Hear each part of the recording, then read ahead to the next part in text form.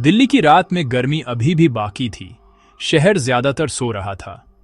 मेरा नाम रमेश है। मेरी पीली और काली टैक्सी ही मेरी दुनिया है। आधी रात के बाद खाली सड़कों पर गुनगुनाती हुई चलती है। स्ट्रीट लाइट्स लंबी परछाइयां बना रही थीं। शहर रहस्यों का एक संग्रह जैसा लग रहा था।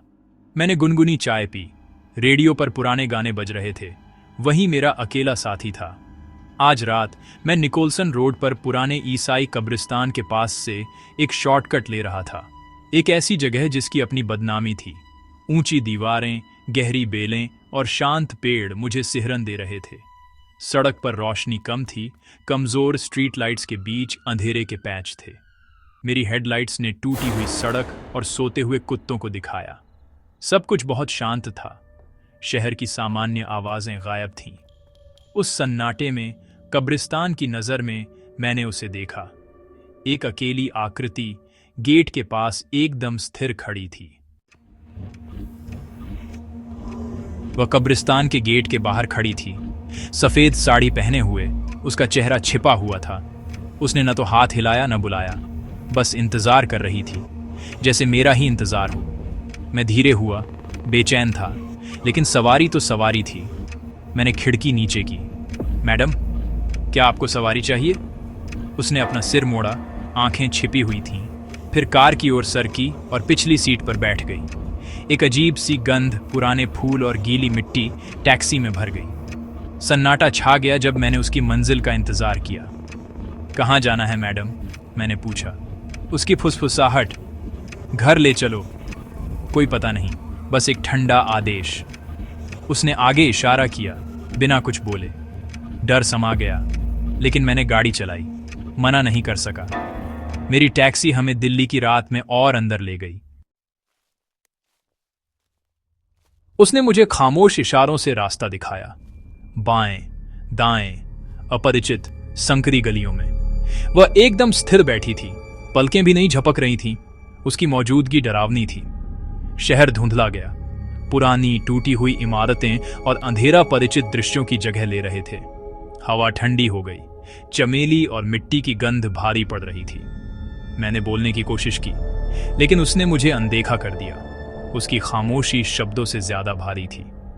मैंने उसकी नजर महसूस की, ठंडी और अमानवीय, मेरी गर्दन पर। आखिरकार उसने एक जर्जर बंगले की ओर इशारा किया, जो लताओं और अंधेरे में लिपटा हुआ था। यहां रुकिए, उसने फुसफुसाया। मैं रुक गया। दिल जोर से धड़क रहा था। घर वीरान लग रहा था, एक ऐसी जगह जहां कहानियां खत्म होती हैं। मैं किराया पूछने के लिए मुड़ा। पिछली सीट खाली थी। वह गायब हो गई थी। कोई आवाज नहीं, कोई खुला दरवाजा नहीं, बस चमेली की हल्की गंध बाकी थी। घबराहट ने मुझे जकड़ लिया। मैं बंगले से तेजी से भागा, बचने के लिए बेताब था। मुझे एक पुलिस स्टेशन मिला। अंदर लड़खड़ाता हुआ गया और अपनी कहानी उगल दी। अधिकारी का चेहरा, सफेद साड़ी, कब्रिस्तान सुनते ही पीला पड़ गया। तुम किस्मत वाले हो, उसने फुसफुसाया। तुम इस महीने के 5वें ड्राइवर हो, बाकी 4 कभी नहीं लौटे। उनकी टैक्सियां उस बंगले के पास खाली मिली थीं, लेकिन ड्राइवर गायब थे। उसके शब्द मुझे एक झटके की तरह लगे। मुझे एहसास हुआ कि मैं उस चीज से बच गया था जिससे दूसरे नहीं बच पाए थे।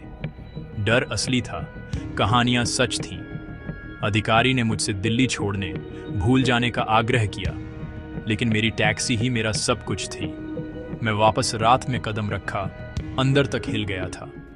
दुस्वप्न खत्म नहीं हुआ था। मैं अपनी टैक्सी में बैठा था, कांप रहा था। अधिकारी की चेतावनी मेरे दिमाग में गूंज रही थी। चमेली की हल्की गंध बाकी थी। मैंने इंजन स्टार्ट किया। सुबह होने के लिए बेताब था। जैसे ही मैंने रियर व्यू मिरर में देखा, मेरा खून जम गया।